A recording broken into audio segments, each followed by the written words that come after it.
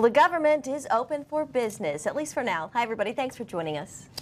Folks, I'm David Brody, and I got to tell you, after a 3-day, a shutdown, Congress actually passed a spending bill to keep the government going for the next 3 weeks. Yeah, coming up today, what's next in the battle over the budget and what it means for immigration reform. Of course, make sure you're sharing Faith Nation with all of your friends and leaving us your comments right below. Well, that's right. All right, let's turn to the man of the hour, and of course, that is the man who actually shut down the government on Friday. He did. Mick Mulvaney, Director of the Office of Management and Budget, joined us from the White House earlier to talk about the shutdown and the negotiations that are happening now to keep it from happening all over again in just a couple of weeks. Director Mulvaney, thanks for joining us here at Faith Nation. Appreciate it. Oh, thanks very much, as always, for having me.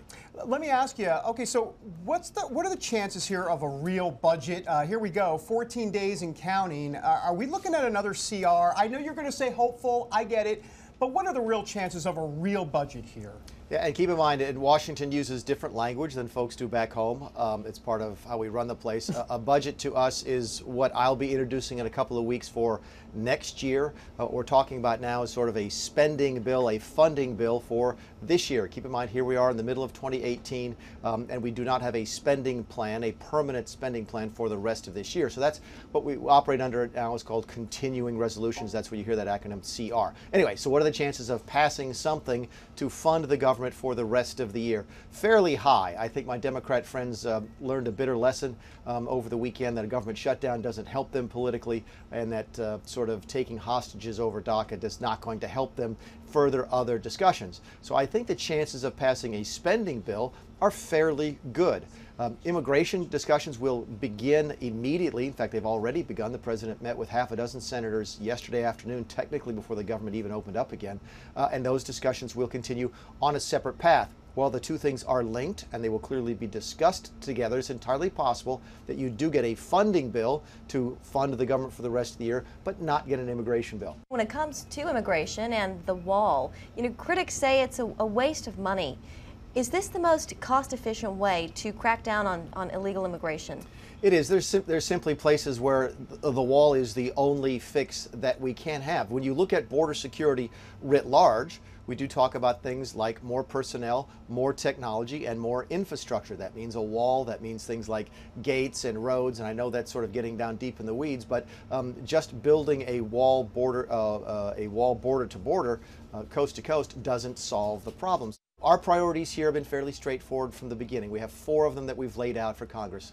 Number 1, we do want that southern border wall. We do want that border security. We also want to change the chain migration system, move away from that visa lottery system to a merit-based system, so we know that we want folks to come. We want legal immigration. Let's be very clear about that. We just want folks that we know can contribute to the community and become involved in the community. And then lastly, we want improvements to interior enforcement. How do we deal with folks who are here, who are breaking the law? It's much too difficult right now to get those folks out of the country. Those are our 4 principles that we take into those discussions. I know that Democrats have a different set of principles. That's fine. That's how negotiations take place. Director Mulvaney, a quick follow-up on Dreamers. For those that are watching today, especially in the evangelical community, a lot of Hispanics, a lot of DACA kids out there, what's the message from this White House to them? They're concerned that they are going to be deported. What is that message? Yeah, go back and look at what the president has said. He wants to solve this problem. He wants to figure out a way for the DACA folks to be able to stay in the country. People forget that when he suspended DACA and gave a 6-month notice, that was actually better than what likely would have happened. If the issue had stayed with the courts, there was a very good chance that DACA would have been gone overnight. So by giving Congress that 6-month chance, the president actually did the right thing in trying to get to a solution. The president wants to solve this. He said that many times on the record. We all want to solve it here at the White House. We just think it has to be done as part of an overall immigration solution. Why is that? Because if you, for lack of a better word, solve DACA now, but don't solve border security, then you're simply recreating the problem 5 or 10 or 15 years down the road. And we don't want to do that. That's not fair to anybody. We need to solve all of the issues. This is the time. We think this is the president to get this job done, and we think we can. Whether or not we can do it by February 8th is another question. By the way, I know it's passed already, but this past weekend when the White House kind of went, or the president went a bit silent and there were some things going on at the White House, what was that weekend like? Maybe kind of take us inside a little bit. How was it playing out inside the White House during the shutdown? Sure, it was actually a really busy time for a lot of us, including the folks who work at the Office of Management and Budget, because we're the folks who not only technically shut the government down. Believe it or not, I was the person who signed the order shutting the government down on Friday night. That's part of the duties of the director of the Office of Management and Budget. We had teams there late into Friday, in fact, very early into Saturday morning. And then Saturday was involved, we were heavily involved in trying to make sure we could manage the shutdown. So my office was here all day Friday, a lot of the night Friday night, all day Saturday, all day Sunday, and obviously again on Monday, as we tried to figure out a way to do what the president told me to do, which is to try and make the shutdown hurt as least amount as possible, to keep as much of the government open as possible. For that reason, even during the march on Saturday, or there were folks here protesting the president, they were still able to enjoy the monuments on the mall. That was different than the 2013 shutdown. The president gave me specific instructions: keep as much of the government open as you can, and that's how we spent our weekend, instead of negotiating on immigration, because that's what the president said we should be doing. Director Mick Mulvaney, as always, great to have you. Thanks for joining us. Thanks y'all very much. Yeah, it was great to have him on earlier. You know, I think it's important to point out that he is much more than just a budget strategist, budget advisor, budget manager.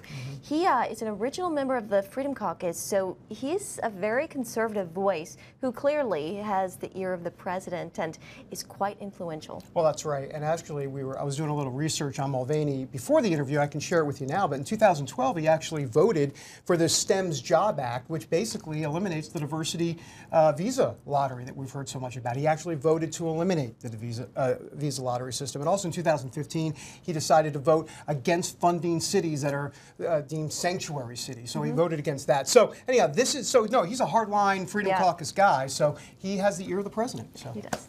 All right, Amber Strong joins us now. Hey, Amber. Speaking of the president, someone who doesn't weigh in on social media at all. No, he never does that. No, actually, weigh in, give us your tweets, tell us give us your comments, tell us what you're thinking about the negotiations and about the future. But the president did weigh in this morning on Twitter. This is what he said: crying Chuck Schumer fully understands, especially after his humiliating defeat, that if there is no wall, there is no DACA. We must have safety and security together with a strong military for our great people. You know, the two of them have kind of been going back and forth. I think the other day, or was it yesterday, Chuck Schumer, he tweeted something, called him the great deal-making president, sat on the sidelines. Yeah, they're going after each other. So what else is new? They're both from New York. You know, at some point they'll take it to the street and knock it all out. That's what they do in New York. They'll settle it that way. Yeah. All right. Thanks, Amber. Thanks. Well, coming up, we have our national security correspondent, clearly. That's right. Eric Rosales joins us to talk more about immigration reform. Eric just got back from Texas, where he was with border agents on the job. So let us know what questions you have for him, and we'll get him to answer live on air. All right, well, look, political leaders obviously aren't the only ones focused on the immigration debate. Many evangelical leaders have also spoken out about it. Yeah, they have. Reverend Samuel Rodriguez is one of the president's evangelical advisors. He released a statement saying he is hopeful the shutdown reminds lawmakers that what compromise looks like. That's right. And he also said Americans shouldn't be forced to choose, here it is, between keeping families together and safe from deportation and security at our borders. So here's his statement in part, quote, "We are all Americans, brothers and sisters, not enemies. We all will win and lose together. Let's pray that this compromise will mark the beginning of a bipartisan spirit in Washington and an end to finger-pointing and childish bickering." So Reverend Samuel Rodriguez. Yeah, bringing it strong. Well, our national security correspondent, Eric Rosales, joins us now for more. Eric, you just returned from Texas. I did. You were with Border Security. Tell us about your experience down there. Well, I tell you what, it was very interesting. As we all know, the Border Patrol's main priority right now is to identify and intercept anyone that threatens the United States, illegal immigrants, terrorists, things like that. I was down in the Rio Grande Valley sector, and that's a sector that is really seeing an increase in drugs right now. Drugs are crossing over it. Many of the border in that area has no wall at all. It's literally just a trickle around the Rio Grande area. It's a very shallow area. Marijuana is still the drug of choice, making its way way across right now. But agents say what concerns them is that they are actually seeing harder drugs making their way across the border, drugs like cocaine and methamphetamine. Those are drugs that really have a concern, because once they get here, they end up just being distributed all throughout the United States. And we actually went into several drug houses that had collapsing floors with hidden compartments, things like that, where they would stash the drugs inside.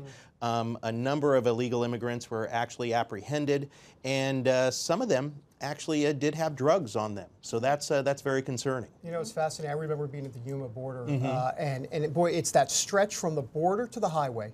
Right. You know, if you can get to the highway, you got the getaway vehicle. If you have the getaway vehicle that's sitting right there. And then you go, what about Mexican nationals? Because we hear the Mexican border, southern border, Mexico is going to pay for it. But really, how many Mexican nationals? I mean, is this like all Mexican nationals coming across the border? And that is the biggest misconception, I tell you what. It's a very, very small percentage of Mexican nationals that are coming across.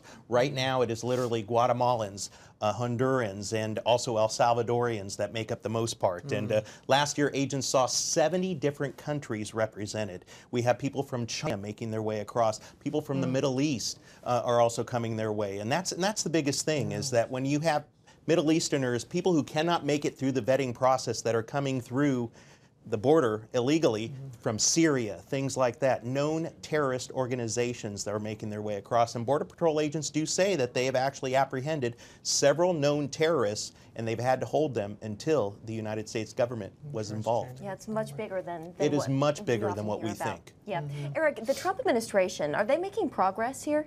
Yeah, you know what? Agents actually say that we have seen an enormous change due to the Trump administration. With the Obama administration, they said that they would apprehend these people, hand them over to ICE. They would literally be out the door. Sometimes they would even be given bus money to be able to take them to a bus stop, and then they would be dropped off. Now they're actually being deported back to their home country. A lot of them are being taken back into Mexico, and then Mexico is in fact getting involved now a lot more, and they are deporting them back to the Honduras, back to El Salvador, back to Guatemala. So that is definitely good news. Yeah. What about some of the stories you're working on that are coming up? Obviously, on the trip you spent the CBN per diem. But beyond that, what stories are you working on? What are you doing? Ate very well. Yeah, ate very well out there. A lot of tacos. Mexican A lot of Mexican food, a lot of Tex-Mex. But I tell you what, getting back to the stories that I'm working on, it definitely has to do with border security and the dangers that the Border Patrol agents actually face. We're looking at some of the new high-tech technology that they're using. Everything from drones to even apps, specific apps that they're using right now. It's really, really cool stuff. And also working on just the threats that are really facing the United States and the lack of manpower. As we know, President Trump wants 5,000 new Border Patrol agents within the next couple of years to be hired. So that's going to be interesting. Yeah. Right. Eric, always great to have you. All right, glad to be here. Thanks, guys. All right, let's go ahead and bring Amber in. Amber, what are people saying about this? So we got some questions here for Eric, particularly what you just mentioned about the border agents versus the drones. Couldn't this just be handled with technology? Do we actually need the border agent side of this? Definitely need. I asked them about that. They said, we definitely need feet on the ground, because, you can have all the technology in the world. It's going to allow them to be able to find out exactly how many people are involved in the group, whether or not they're carrying guns, whether or not they're carrying dope. That's the type of thing that they're able to find out from these cameras, from these sensors and things like that. But you still need the people, the manpower, to be able to go in, seize the items. Otherwise, the items are actually even sometimes left there, or they're able to make a cross into the United States. And let me just add real quick. When I was down there in Yuma, what the border agents were telling me is that, okay, great, you have the wall. Everybody's like, well, you can still, you have a ladder that's bigger than the wall, right? You can get over. Right. But the agents are key, because the agents are the ones, if you have more of those agents, the key is the chase after the border wall. The wall is basically just a deterrent. It's just giving them enough time to be able to get to the location and be able to apprehend and make the arrest and stop the people or the drugs from making their way into the United States. Interesting. Good point. I agree with you. Thank you, sir. Do we get that on camera? I just want to make sure. No, I think we stopped rolling. Thanks. On purpose. Thank you. All right. Well, it was the first visit from an administration official since the president announced plans to move the U.S. Embassy to Jerusalem. When we come back, we'll head to Israel to hear how this week's visit by the vice president was received. Israel and the Middle East, center of the world for thousands of years, and still creating headlines that reach back to the Bible. Hosted by award-winning correspondent Chris Mitchell, Jerusalem Dateline brings a Christian perspective to events that literally change history. Whether it's the front lines or underground, Jerusalem Dateline is your window to Israel, Jerusalem, and the Middle East. Contact us at the address on your screen. Vice President Mike Pence says Mid-East peace is more possible now that the administration has decided to recognize Jerusalem as the capital of Israel. Well, that is right, Jenna. That is at least what he tweeted out on a trip to the region. I'm sure the Palestinians have a thing or two to say about that. Ben Kennedy has a thing or two to say about the whole story. He joins us from the White House. Ben. Yeah, good afternoon, David and Jenna. Vice President Mike Pence confirmed that commitment by the U.S., also that the U.S. Embassy will be moved to Jerusalem by the end of next year. Vice President Mike Pence also said that the U.S.-Israel alliance has never been stronger. Earlier today, I spoke to CBN Middle East Bureau Chief Chris Mitchell to get his take on the ground in Jerusalem and also what this move means to the people of Israel. Well, great to be with you, Ben. I think it's fair to say that many Israelis were very happy about it, but I think some people are concerned about the consequences, what that will mean for Israel and for Jerusalem. On the other hand, Israelis have been waiting a long time. Back in 1980, they established Jerusalem as the capital officially of Israel, and that's when all the nations of the world, almost exclusively, took out their embassies. And also, they've been waiting over 20 years for the United States to finally act on the Jerusalem Embassy Act back in 1995. So on one hand, they're recognizing reality that Jerusalem is the capital of Israel, and I think fair to say, especially for the leaders, they're ecstatic that he's made this announcement and set a timetable during his Knesset speech. Chris, you were talking about the consequences. Palestinian President Mahmoud Abbas refused to meet with Vice President Mike Pence. What does this move do to the peace process? Well, really, Ben, I think in many ways we're in uncharted waters about the peace process. It has been sort of a dead peace process for many years. In fact, there have been no negotiations for several years now. In fact, there was a briefing by a senior administration official just at the end of Mike Pence's trip, and they said they really haven't had any meetings, Jason Greenblatt and Jared Kushner, with any Palestinian leaders since December 6th. When President Trump made his decision to recognize Jerusalem as the capital. So as far as the peace process goes, it's unlikely they're going to start anytime soon. Saeb Erekat, the chief negotiator for the Palestinians, has said in an interview just a day or so that he feels like it's really over, the peace process. Chris, you've covered the news in Israel for more than a decade. Has the U.S.-Israel alliance never been stronger? Yeah, Ben, I would think it's never been stronger. And such a change night and day between the 8 years of the Obama administration and just the first year of the Trump administration. I think they closer than ever when you have David Friedman as U.S. ambassador to Israel. I think he really sets a new bar, I think, for close, intimate relations with Benjamin Netanyahu and other Israeli leaders. He has been very close to people in what's called Judea and Samaria, otherwise known as the West Bank. And I think militarily, diplomatically, in so many ways, especially now with this declaration by U.S. President Trump about Jerusalem as the capital and moving the embassy, things I don't think have ever been closer. And that seems to be, we're going to proceed with that, at least for the next few years of the Trump administration. And Chris Mitchell also did add this is not just negotiations between Israel and the Palestinians, but a part of a bigger peace deal with Saudi Arabia, Jordan, and Egypt. That being said, the Palestinian Authority not meeting with the vice president, well, David and Jenna, that just does not help things. No, and I don't think it will. No, it doesn't. Yeah, it's all right. Ben Kennedy, thank you very much. Thanks, Ben. You know, there are a lot of headlines coming out today with the vice president now back in town. This one from Politico. What Mike Pence just did in Jerusalem, the Trump administration has fused itself to Israel more than any in American history. Yeah, And, you know, it's interesting to read those headlines now. And I remember during the campaign how it was talked about how, oh, is he going to be a supporter of Israel? And he was, all the anti-Semitism comments about Donald Trump. And he kept saying, look, I took part in the Israel parade. And he talked about how Ivanka's Jewish and all of that. So, which we all laughed at the time. Yeah. But here he is. But he's following through another through. Promise made, promise kept. Right. You know, I do think it's interesting. You look at Mike Pence and all of these other evangelical leaders you have around him, also Jared Kushner, who's Jewish, Ivanka, and there really is no doubt that this administration is going to take this path.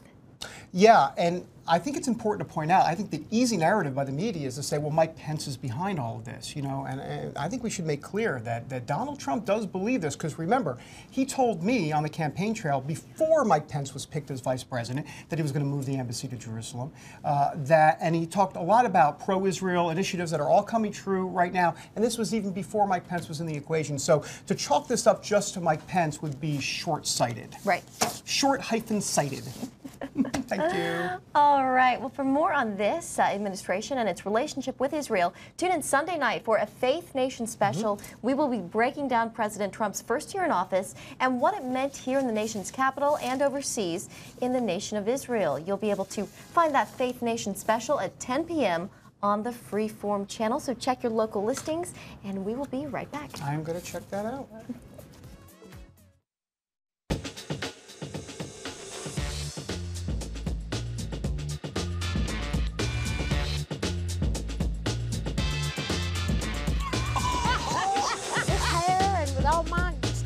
I want it to be God. I want it to be Christ. Hey there! Make sure you check out my new uplifting Christian entertainment show, Studio 5.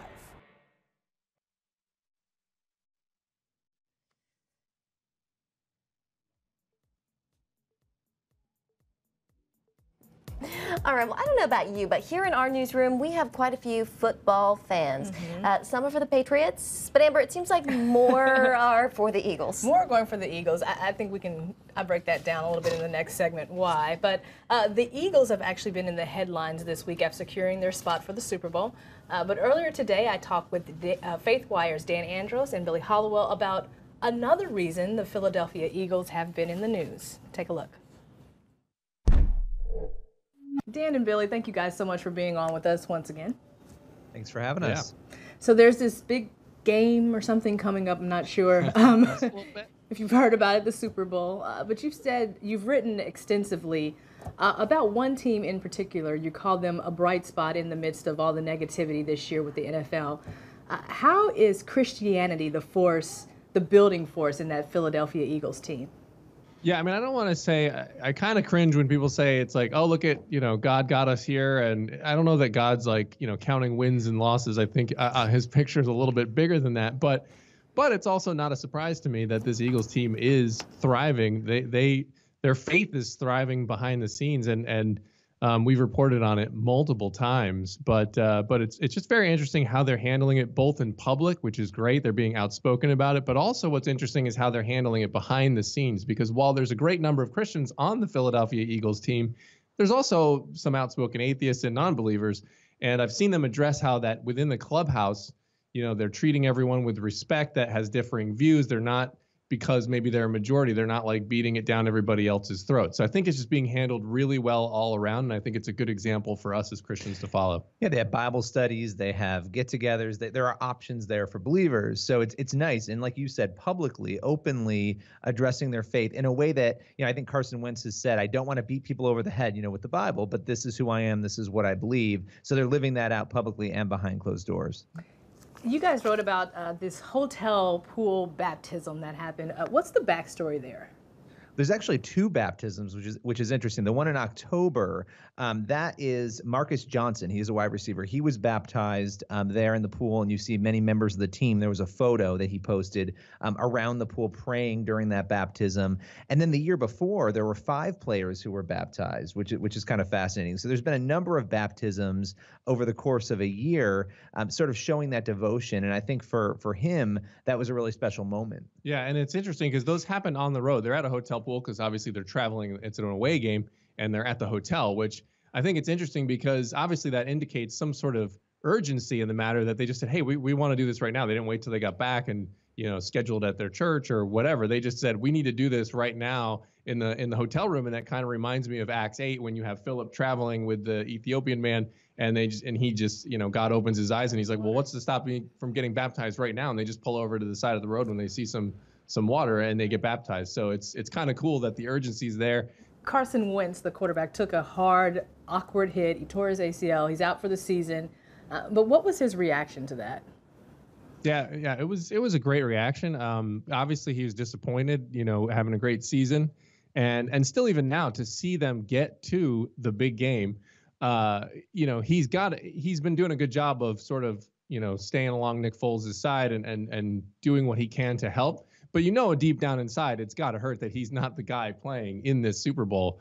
And, but his reaction right after it when he got hurt was fantastic. I mean, it was very raw and authentic. Like, he expressed his disappointment that he's not playing, but he immediately went back to his faith and said that God's got bigger things for this and that he's going to be used. It was really cool to see his forward thinking that he said, you know what, this is the beginning of a great testimony. Yeah, and he said he had 100% confidence in whatever Jesus's plan was. And he even said in that video he put on Twitter, he's like, look, you might not all be Christians, but this is why I have this confidence. And I love the other aspect of him just saying, I'm going to come back stronger than ever. I'm going to beat this. I'm going to, be out there again. I love that. Well, Dan and Billy, good luck to you in whatever team you're rooting for here at CBN. Here's the thing. At CBN, we don't pick a political party. We can't say one side or the other, but I think we can with football. Yeah. So I'm going to say go whatever team is playing the Patriots. And now my favorite. That's fair. I think you're in a big majority in the country today. I think that's a large portion of it. Yeah. Thank you guys so much. Take care. Thank you. Yeah, thank you. That's so politically correct. I'm sorry. I'm going to catch heat for that. I'm sorry. If you know what, let's take it to the people. If you're a Patriots fan, give us a great big wow, and if you're an Eagles fan, give us a thumbs up. Well, See? I like that. Look at that. I'm taking it to the people and away from my comments. You're going to get a lot of people saying it's the team that's playing the Patriots. The team that's playing the Patriots, whoever they may be. Yeah. Who wants Tom Brady to win again? Stop. No, we love Tom Brady. Why? Why do we love him? He's got such a charmed life. He's got everything. Stop. He's got enough rings. I was trying to give you the PC answer, David. The PC answer. This one, we did get a comment here from Timothy. Timothy said he loves the Eagles, and thank you, CBN, for sharing the faith story of what's going on. Some of those good behind-the-scenes stories of baptisms in hotel rooms. That's amazing stuff right there. Yeah, that's cool. But let's confirm that God is neither an Eagle or a Patriot fan, though you would say in Colorado. Well, I would say he's a Broncos fan. I knew you were going to say it. I don't know. What the hell are you? I don't know. Because sunsets are orange. Okay. Exactly. All right. There you go. All right. Well, before we let you go, we just want to remind you, this Tuesday night, the President will make his way from the White House to Capitol Hill to make his first State of the Union address. CBN News will be bringing you special team coverage of the speech. David and I will be anchoring that, so make sure you tune in right here to the CBN News Facebook page. That's Tuesday night again. And then, of course, we will be right back here on Wednesday, same time, same place, for a special State of the Union Faith Nation. Right. It's going to be exciting. Big week ahead. Yeah. All right. Well, I guess that'll do it for us. The show will, of course, still be here on Facebook, so keep weighing in, keep the comments coming, and, of course, share with your friends. That's right. We will see you next week. Put another way, we'll see you in 7 days. Have a good one.